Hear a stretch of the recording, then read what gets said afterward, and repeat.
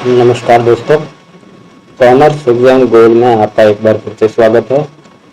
आज हम आपके समक्ष उपस्थित हुए हैं एक नई वीडियो के साथ, और ये वीडियो जो होगी आपकी ये काइंड्स और types of audit and auditing के ऊपर होगी, और इसके 15 MCQ क्वेश्चन हम डिस्कस करेंगे इस वीडियो में। इससे पहले आगे बढ़ने से पहले अगर आपने इस चैनल को सब्सक्राइब नहीं किया है तो प्लीज कॉमर्स एग्जाम गोल को एक बार सब्सक्राइब, लाइक और शेयर जरूर करें। तो पहला MCQ क्वेश्चन आपकी स्क्रीन पर है, which of the following is an objective of internal audit. Audit के टाइप्स और काइंड की बात कर रहे हैं हम। तो पहला जो आपका क्वेश्चन है कि जो आपका निम्नलिखित में से कौन सा आंतरिक लेखा परीक्षक का उद्देश्य होता है। ये टाइप्स है आपका इंटरनल ऑडिट से। तो आपके पास जो ऑप्शन दिए हुए हैं, ऑप्शन नंबर ए है आपके पास, to assess the organization financial statement for accuracy, सटीकता के लिए संगठन के वित्तीय विवरणों का आकलन करना। बी ऑप्शन है आपके पास, to ensure compliance with external regulation, बाहरी नियमों को अनुपालन सुनिश्चित करना, नियमों का अनुपालन सुनिश्चित करना। सी ऑप्शन है आपके पास, to provide assurance that the internal control system are active, यह आश्वासन प्रदान करता है कि आंतरिक नियंत्रण प्रणाली प्रभावी है। और डी ऑप्शन है आपके पास, to evaluate the performance of external auditors. तो यहाँ पर डी ऑप्शन आपका एक्सटर्नल ऑडिटर की बात कर रहा है, परफॉर्मेंस की। एक्सटर्नल ऑडिटर जो है परफॉर्मेंस को इवैल्यूएट करता है, ये इंटरनल ऑडिट का ऑब्जेक्टिव है। तो ये तो नहीं है, इसको एलिमिनेट कर दीजिए। आपके पास सी ऑप्शन है, to provide assurance that the internal control system are effective, ये थोड़ा ठीक लग रहा है। बी ऑप्शन भी देख लेते हैं। बी ऑप्शन है, to ensure compliance with external regulation, जो आपकी रेगुलेटरी अथॉरिटी होती है उनकी कंप्लायंस को आप फुलफिल कर रहे हैं कि नहीं कर रहे हैं, ये भी ऑप्शन आपका नहीं बनता है। फाइनेंशियल ऑर्गेनाइजेशन की फाइनेंशियल स्टेटमेंट और उसकी एक्यूरेसी को चेक करना इंटरनल ऑडिट का काम होता है, तो ये भी ऑप्शन आपका सूट नहीं कर रहा है। तो जो ऑप्शन नंबर सी है, to provide assurance that the internal control system are effective, ये ऑप्शन आपका सही आंसर हो जाता है। सी ऑप्शन आपका सही है। क्वेश्चन नंबर सेकंड है, what type of audit focuses on the accuracy and completeness of financial record, किस प्रकार का ऑडिट वित्तीय रिकॉर्ड की सटीकता और पूर्णता पर केंद्रित है।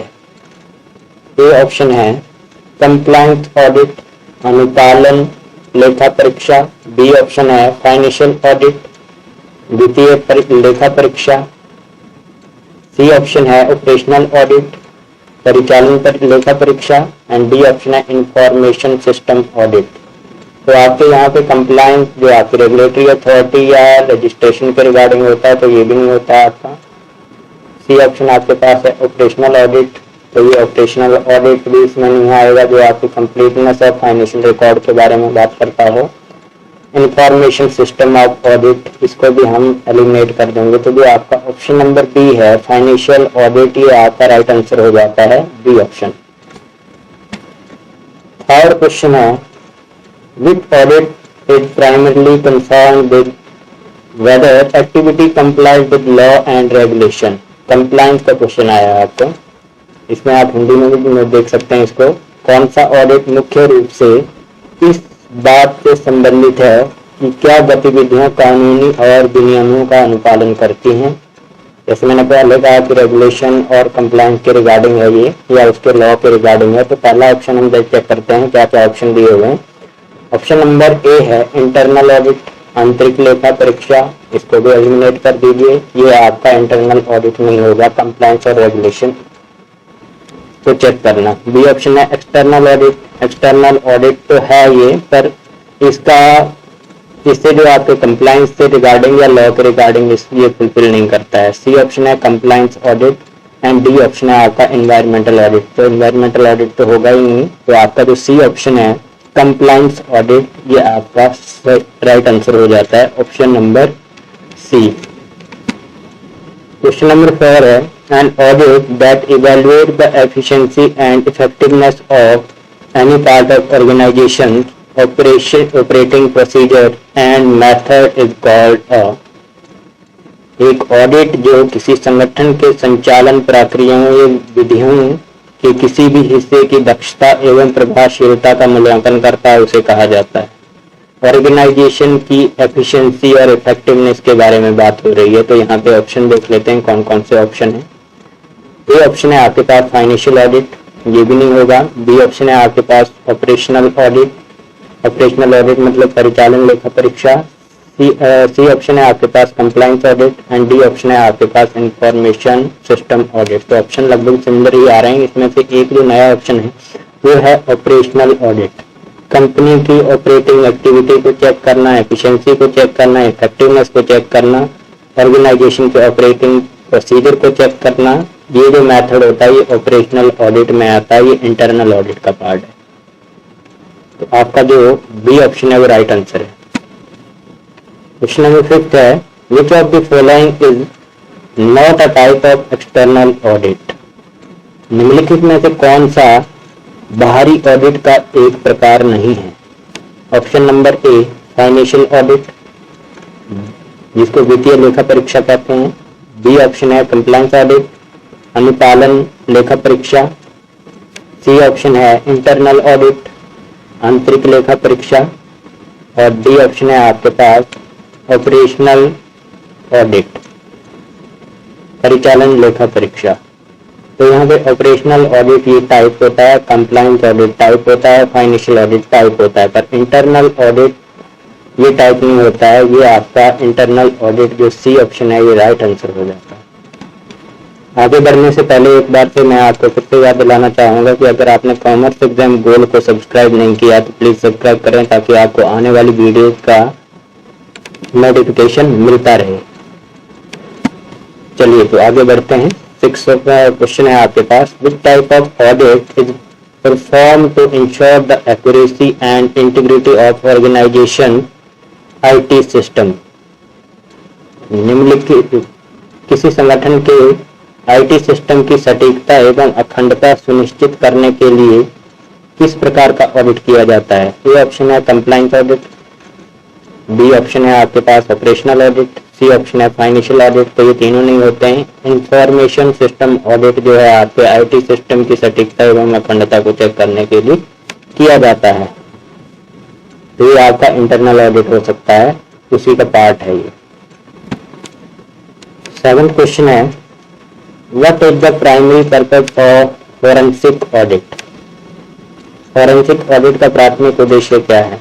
ए ऑप्शन है आपके पास टू इवैल्यूएट इंटरनल कंट्रोल आंतरिक नियंत्रणों का मूल्यांकन करना। बी ऑप्शन है to investigate fraud and financial misconduct धोखाधड़ी और वित्तीय कदाचार की जांच करना। सी ऑप्शन है to ensure compliance with tax law कर कानूनों का अनुपालन सुनिश्चित करना एंड डी ऑप्शन है टू असेस एनवायरमेंटल इम्पैक्ट पर्यावरणीय प्रभाव का आंकलन करना। तो यहाँ पे जो आपका फोरेंसिक ऑडिट है वो रिलेट करता है आपके investigate fraud and financial misconduct, क्योंकि इंटरनल ऑडिट आप चेक देख सकते हैं कि फाइनेंशियल की जो आपकी ऑर्गेनाइजेशन है उसकी एफिशिएंसी उसके कंट्रोल को चेक करने के लिए किया जाता है। कंप्लायंस ऑडिट आपका या टैक्स से रिगार्डिंग जो होता है वो आपके कंप्लायंस ऑडिट में आता है, जहाँ पे रजिस्ट्रेशन या जो आपकी रेगुलेटरी अथॉरिटी होती है उससे रिलेटेड होता है। इन्वायरमेंटल इम्पैक्ट का आप जो है ऑडिट करते हैं, जब इन्वायरमेंटल हार्मफुल है कि नहीं आपकी इंडस्ट्री, उसके लिए क्या पोल्यूशन कर रही है कि नहीं कर रही, इस तरह के जो भी इन्वायरमेंट से रिलेटेड ऑडिट होते हैं वो इसके लिए होता है। पर यहाँ पे जो investigate fraud and financial misconduct है वो आपका राइट आंसर हो जाता है, option number B. 8th question है which type of audit is often required by law for public company. सार्वजनिक कंपनी के लिए कानून द्वारा अक्सर किस प्रकार के ऑडिट की आवश्यकता होती है। ऑप्शन नंबर ए है आपके पास ऑपरेशनल ऑडिट परिचालन लेखा परीक्षा। बी ऑप्शन है कंप्लायंस ऑडिट अनुपालन लेखा परीक्षा। सी ऑप्शन है आपके पास इंटरनल ऑडिट आंतरिक लेखा परीक्षा एंड डी ऑप्शन है आपके पास एक्सटर्नल ऑडिट बाहरी लेखा परीक्षा।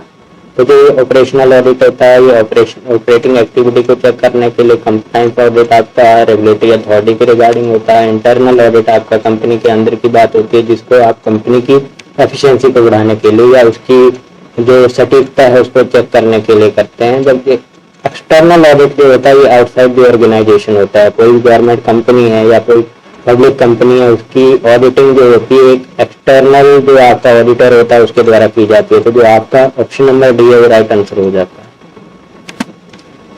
9th क्वेश्चन है what is the main focus of performance audit? निष्पादन लेखा परीक्षा का मुख्य फोकस क्या होता है? ये ऑप्शन है फाइनेंशियल स्टेटमेंट एक्यूरेसी, वित्तीय विवरण सटीकता, बी ऑप्शन है लीगल कंप्लायंस, कानूनी अनुपालन, सी ऑप्शन है ऑपरेशनल एफिशिएंसी एंड इफेक्टिवनेस, परिचालन दक्षता एवं प्रभावशीलता, एंड डी ऑप्शन है information system security.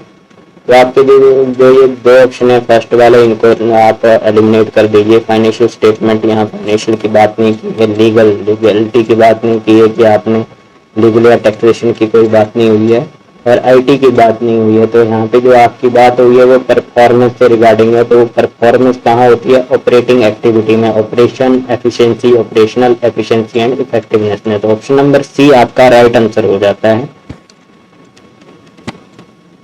10th question है which audit type is conducted by auditors who are employed by the organization being audited?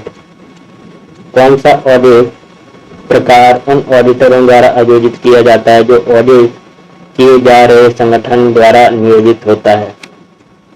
Option number A है external audit, बाहरी audit, B option है compliance audit, अनुपालन लेखा परीक्षा, C option है internal audit, आंतरिक लेखा परीक्षा, एंड डी ऑप्शन है फाइनेंशियल ऑडिट, वित्तीय लेखा परीक्षा। तो यहाँ पे एक्सटर्नल ऑडिट जब आउटसाइड द ऑर्गेनाइजेशन कोई ऑडिटर आता है और उसकी रिपोर्ट प्रिपेयर करता है तो आपका एक्सटर्नल ऑडिट होता है। कंप्लायंस ऑडिट आपका उसी में आएगा जहाँ पे आपकी रेगुलेटरी अथॉरिटी या अपने रजिस्ट्रेशन के रिगार्डिंग होता है, और जो आपका डी ऑप्शन है फाइनेंशियल ऑडिट, ये फाइनेंशियल स्टेटमेंट का ऑडिट होता है, ये एक्सटर्नल ऑडिटर ही ज्यादातर करते हैं। तो जो इंटरनल ऑडिट है ये ऑर्गेनाइजेशन के कर्मचारियों द्वारा किया जाता है ताकि आपकी ऑर्गेनाइजेशन में किसी तरह का फ्रॉड हो रहा है तो उसको डिटेक्ट किया जा सके या उस एरर को चेक किया जा सके। तो ये आपका ऑप्शन नंबर सी जो है वो राइट आंसर हो जाता है। आगे बढ़ने से पहले एक बार फिर से याद दिलाना चाहूंगा, अगर कॉमर्स एग्जाम गोल को अगर आपने सब्सक्राइब नहीं किया तो प्लीज सब्सक्राइब करें ताकि आपको आने वाली वीडियो का नोटिफिकेशन मिलता रहे। 11th क्वेश्चन है which type of audit provide an opinion on whether an entity financial statement are presented fairly in all material respect? किसी प्रकार का एक ऑडिट इस बात पर राय प्रदान करता है कि क्या किसी इकाई के वित्तीय विवरण सभी भौतिक मामलों में निष्पक्ष रूप से प्रस्तुत किए गए हैं। ऑप्शन नंबर ए है आपके पास कंप्लायंस ऑडिट, अनुपालन लेखा परीक्षा, बी ऑपरेशनल ऑडिट, परिचालन लेखा परीक्षा, एंड सी ऑप्शन है फाइनेंशियल ऑडिट, वित्तीय लेखा परीक्षा, एंड डी ऑप्शन है इन्वायरमेंटल ऑडिट। ये मैं आपको सेम ऑप्शन इसलिए देता हूं ताकि आपके कंसेप्ट क्लियर हो जाएं। तो आपका जो ऑप्शन नंबर सी है फाइनेंशियल ऑडिट, यहाँ पे आपकी फाइनेंशियल स्टेटमेंट की जो फेयर एंड मटेरियल रिस्पेक्ट है उसके बारे में बात करता है कि आपके यहाँ पे किसी तरह के जो फाइनेंशियल स्टेटमेंट है उसमें मिसकंडक्ट नहीं हुआ है या किसी तरह का कोई भी मिस अप्रोप्रिएशन आपकी फाइनेंशियल स्टेटमेंट में नहीं हुई है। तो वो आपका आता है सी ऑप्शन में फाइनेंशियल ऑडिट में। 12th क्वेश्चन है what is the purpose of social audit? सामाजिक अंकेक्षण का उद्देश्य क्या है? ये ऑप्शन है to ensure financial statement accuracy, वित्तीय विवरण सटीकता सुनिश्चित करने के लिए। बी ऑप्शन है आपके पास to assess the social impact and ethical behaviour of an organization, किसी संगठन के सामाजिक प्रभाव एवं नैतिक व्यवहार का आंकलन करना। एंड सी ऑप्शन है टू इवेल्युएट इंटरनल कंट्रोल, आंतरिक नियंत्रणों का मूल्यांकन करना। डी ऑप्शन है टू इन्वेस्टिगेट फ्रॉड, धोखाधड़ी की जांच करना। तो यहाँ पे आपके financial statement accuracy social audit में नहीं आएगा। इंटरनल कंट्रोल सोशल ऑडिट में नहीं आएगा। इन्वेस्टिगेट करना फ्रॉड को, वो आपका सोशल ऑडिट में नहीं आएगा। तो सोशल ऑडिट में आएगा to assess the social impact and ethical behaviour of an organisation. B option आपका राइट आंसर हो जाता है। 13 क्वेश्चन है, which type of audit examine the policies and procedure related to environmental impact. किस प्रकार का ऑडिट पर्यावरणीय प्रभाव से संबंधित नीतियों और प्रक्रियाओं की जांच करता है? ऑप्शन नंबर ए है आपके पास फाइनेंशियल ऑडिट, वित्तीय लेखा परीक्षा। बी ऑप्शन है कंप्लायंट ऑडिट,